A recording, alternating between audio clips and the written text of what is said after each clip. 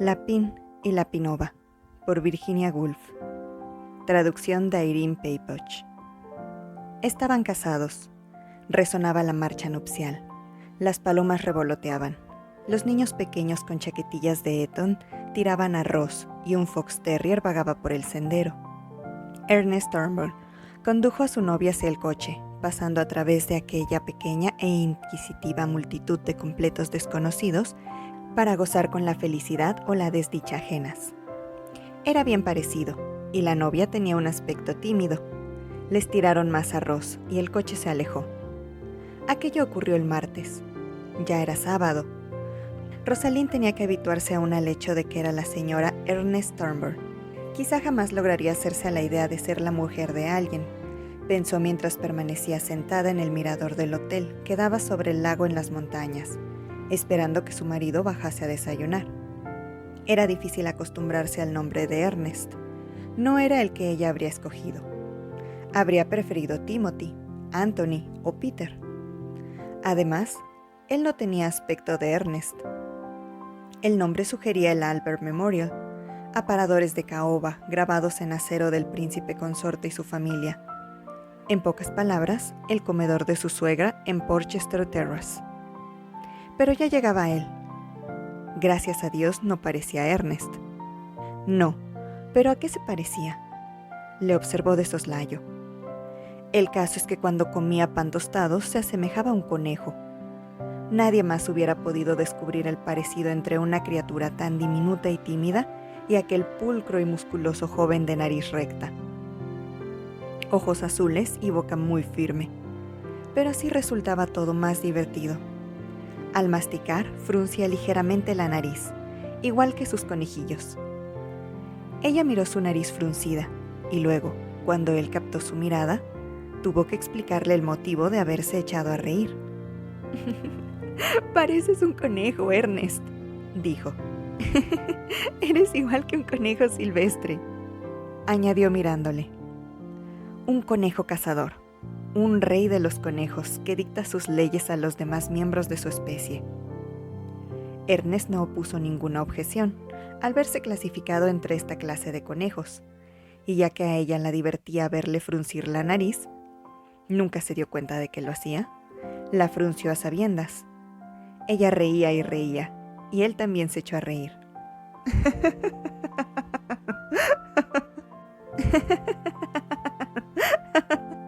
Las damas solteras, el pescador y el camarero suizo, con su grasienta chaqueta negra, pensaron con razón que ellos eran felices.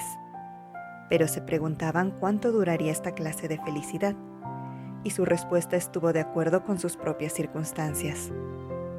A la hora del almuerzo, sentados a la orilla del lago sobre un montón de brezos, Rosalind le enseñó la lechuga que les habían dado para acompañar los huevos duros y dijo: «¿Quieres lechuga, conejo?». Después añadió: «Cómela de mi mano».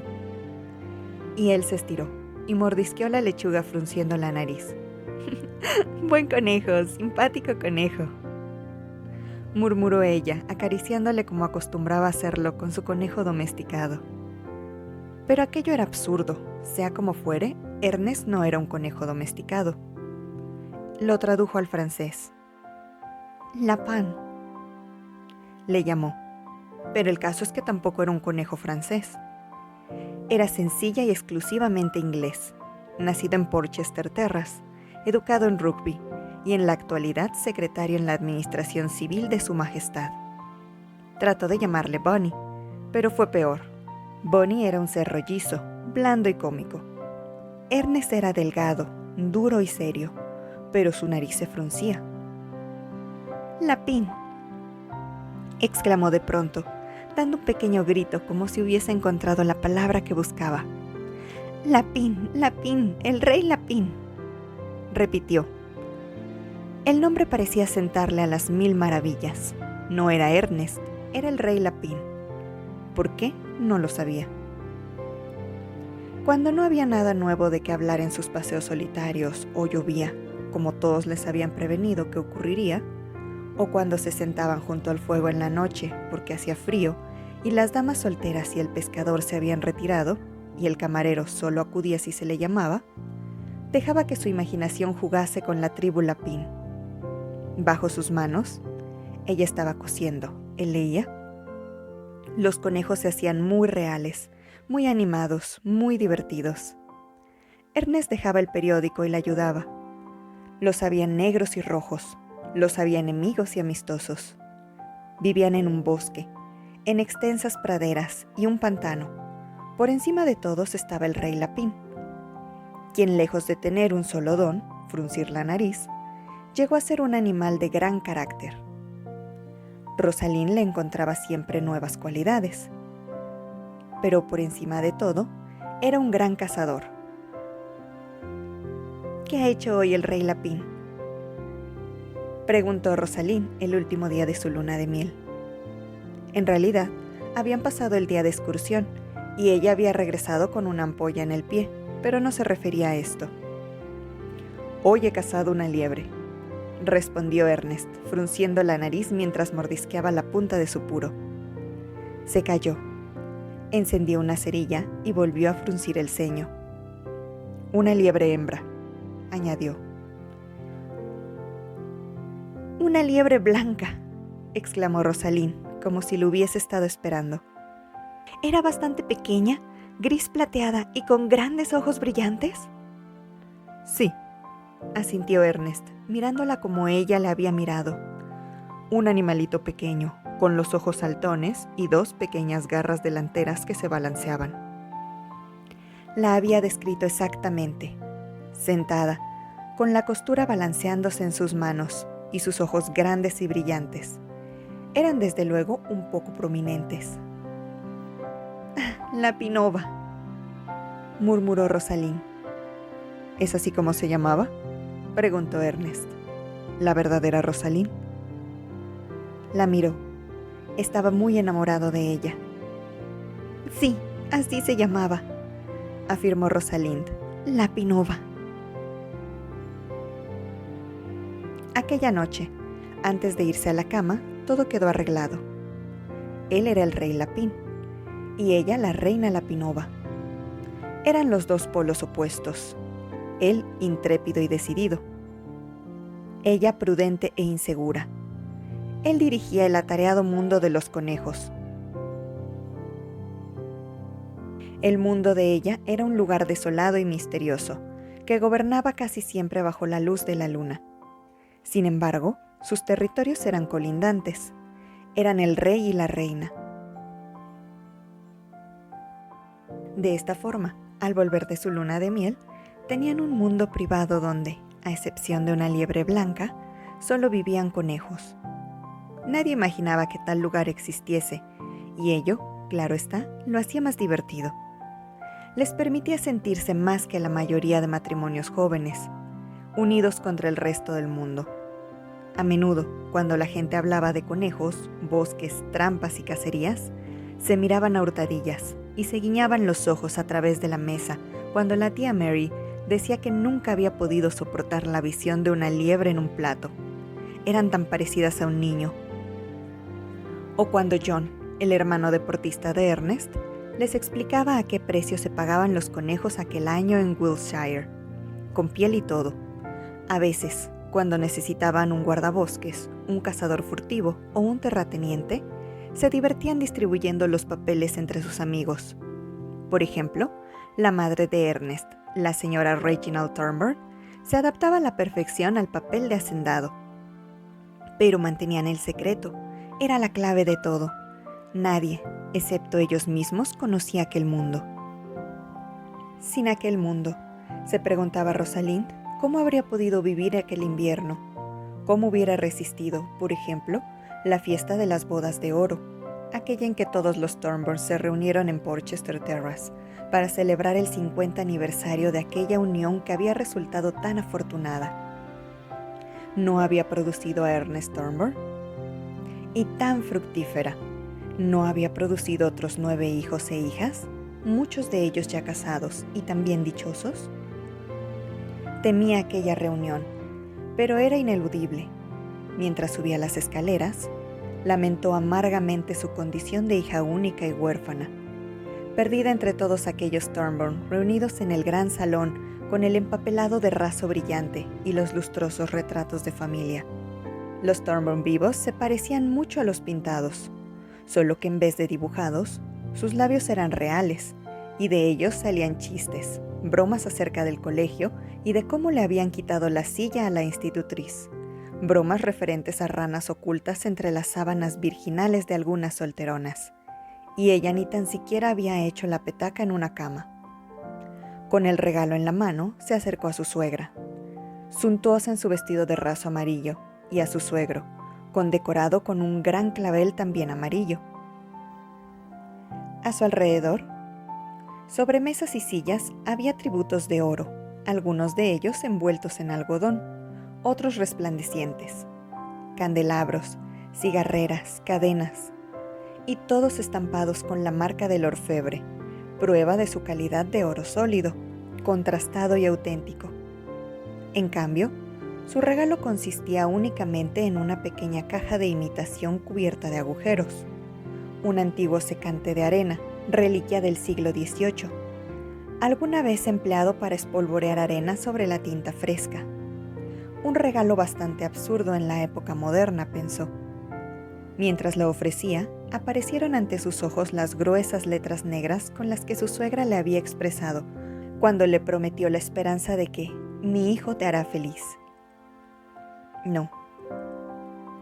No era feliz, nada feliz. Miró a Ernest, derecho como una baqueta, con una nariz como todas las narices de los retratos de la familia, una nariz que no se fruncía. Después bajaron a comer. Rosalind quedaba medio oculta tras los altos crisantemos que retorcían sus pétalos rojos y dorados en numerosos globos apretados. Todo era dorado. Una tarjeta con bordes dorados e iniciales doradas entrelazadas recitaba la lista de todos los platos que irían desfilando ante ellos. Hundió su cuchara en un claro líquido dorado. La niebla blanca y fría del exterior había sido convertida por las lámparas en una capa dorada que empañaba los bordes de las bandejas y daba a las piñas americanas una áspera piel dorada. Únicamente ella, y su vestido blanco de novia, con sus ojos saltones, parecía insoluble como un carambano. A medida que transcurría la comida, iba aumentando el calor en la habitación. Gotas de sudor cubrían la frente de los hombres. Sintió que su carambano se convertía en agua. Se estaba fundiendo, dispersando, disolviendo en la nada, y que pronto se desmayaría. Entonces, a través del caos de su cabeza y del zumbido de sus oídos, oyó exclamar a una voz femenina: «¡Pero son tan fecundos!». Los Thornburn, sí, son tan fecundos, repitió mirando a todas las caras rojas y redondas que parecían doblarse en el vértigo que la dominaba y se potenciaba en la niebla dorada que los envolvía como un halo. Entonces John vociferó: «Pequeños diablos, matadlos, aunque sea a patadas. Es el único medio de acabar con ellos, conejos». Al oír aquella palabra mágica, revivió. Atisbando entre los crisantemos, vio que la nariz de Ernest se fruncía, oscilaba y se fruncía sucesivamente. En aquel momento, una misteriosa catástrofe se abatió sobre los Thornburn. La mesa dorada se convirtió en un páramo, con los brezos en plena floración. El zumbido de las voces se convirtió en risas de alondra bajando del cielo. Era un cielo azul. Las nubes lo cruzaban lentamente. Los Thornburn se habían transformado.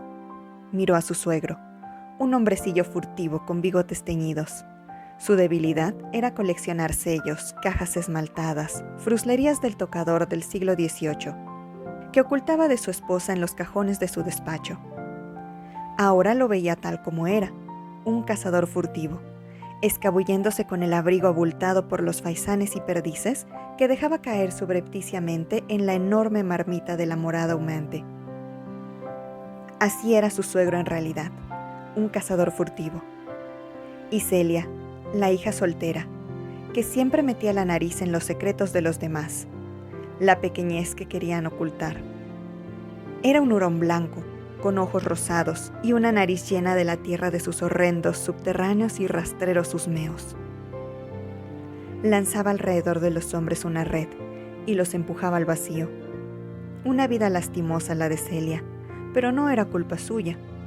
Así vio a Celia. Luego miró a su suegra, a quien investían de hacendado.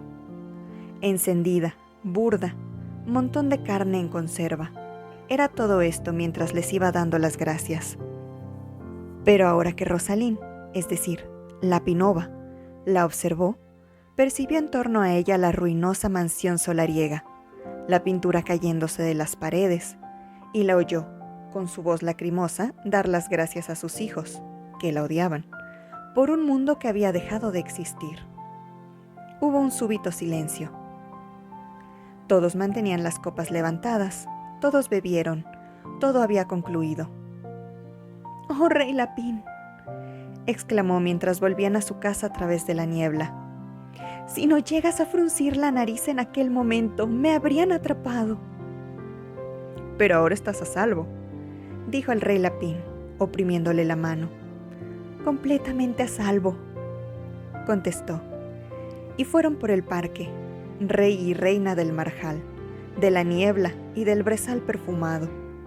Pasó el tiempo, 1 año, 2 años, y una noche de invierno, que por singular coincidencia era el aniversario de la fiesta de las bodas de oro, aunque la señora de Reginald Thornburn había muerto, la casa se ofrecía en alquiler y en ella solo vivía el vigilante. Ernest volvió a casa desde su oficina. Tenían un bonito hogar, medio piso sobre la tienda de un talabartero, en South Kensington, no lejos de la estación del metro. Hacía frío, con niebla en el aire, y Rosaline estaba cosiendo, sentada cerca del fuego. «No creerías lo que me ha pasado hoy», empezó tan pronto como él se hubo sentado con las piernas extendidas ante el fuego. «Estaba cruzando el riachuelo cuando...» «¿Qué riachuelo?», la interrumpió Ernest. «El riachuelo que hay en el fondo, allí donde nuestro bosque se une a la selva negra», explicó. Ernest quedó un instante perplejo por completo. «¿De qué diantres estás hablando?», preguntó. «Querido Ernest», exclamó ella, desmayadamente. «Rey Lapín», añadió columpiando sus pequeñas extremidades delanteras ante la luz del fuego. Pero él no frunció la nariz. Sus manos se convirtieron en manos. Se aferraron a la tela que sostenía y sus ojos casi salieron de sus órbitas. Él necesitó casi 5 minutos para convertirse de Ernest Thornburn en el Rey Lapín. Mientras esperaba, ella sentía un peso sobre la nuca, como si alguien tratase de retorcerle el cuello. Por fin, él se convirtió en el Rey Lapín. Frunció la nariz y pasaron la velada vagando, como de costumbre, por los bosques. Pero ella durmió mal. Se despertó en la mitad de la noche, sintiendo que le había ocurrido algo extraño. Se notaba embotada y fría. Encendió la luz y miró a Ernest, quien, tendido a su lado, estaba completamente dormido. Roncaba, pero aún así, su nariz permanecía absolutamente inmóvil. Parecía no haberse fruncido jamás. ¿Era posible que fuese Ernest y ella estuviera realmente casada con él?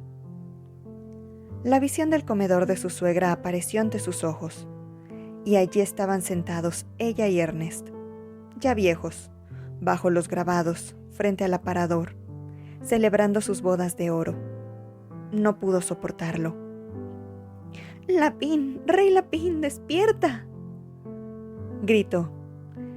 Ernest se desesperó y al verle sentada, erguida a su lado, preguntó: «¿Qué te pasa?». «Creí que mi conejo había muerto», lloriqueó ella. Ernest se puso furioso. «No digas sandeces, Rosaline. Acuéstate y duérmete». Le dio la espalda y al momento estaba profundamente dormido y roncaba. Pero ella no pudo dormirse. Yacía agazapada como una liebre en su lado de la cama. Había apagado la luz y la iluminación de la calle se reflejaba tenuemente en el techo. Los árboles del exterior formaban una tupida red sobre su cabeza, como si le hubiese crecido una sombra al techo, por lo que ella deambulaba dando vueltas, retorciéndose hacia adentro y hacia afuera, dando vueltas y más vueltas, cazando, siendo cazada, oyendo el ladrido de los sabuesos y los cuernos de caza, volando, escapando, hasta que la sirvienta alzó las persianas y le trajo su primer té. Durante el día no hizo nada a derechas. Parecía haber perdido algo. Sentía como si su cuerpo se hubiese encogido, haciéndose más pequeño, negro y duro. Sus articulaciones estaban como anquilosadas, y al mirarse al espejo, cosa que hizo infinidad de veces mientras vagaba por el piso, vio que sus ojos eran más prominentes que nunca. Las habitaciones también parecían haberse encogido. Grandes muebles se proyectaban en ángulos extraños, y tropezó varias veces con ellos. Por fin se puso el sombrero y salió a la calle.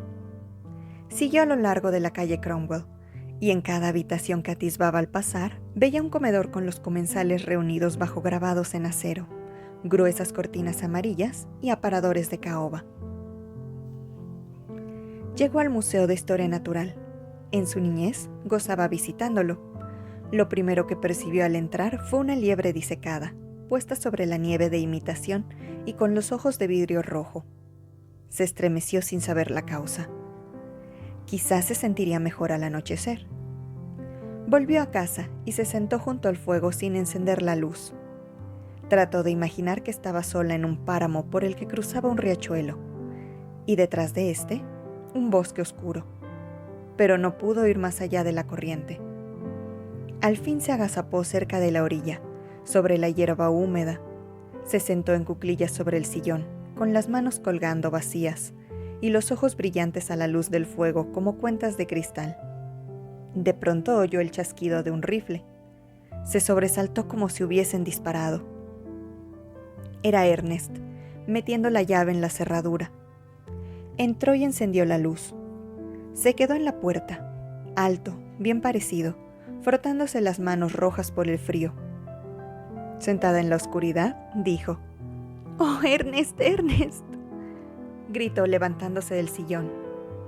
«Bueno, ¿qué te pasa ahora?», preguntó secamente, mientras se calentaba las manos ante el fuego. «Es la Pinova», balbució, escrutándole desatinadamente con sus grandes ojos asustados. «Se ha ido, la he perdido». Ernest frunció el ceño y unió los labios en una línea dura. «Ah, ¿con qué se trata de esto?», repuso sonriendo ásperamente a su esposa. La miró en silencio durante 10 segundos. Ella esperaba, sintiendo manos que le oprimían la nuca. «Sí, pobre la Pinova». Se arregló la corbata ante el espejo que había sobre la chimenea. «Cogida en una trampa», añadió. «Asesinada».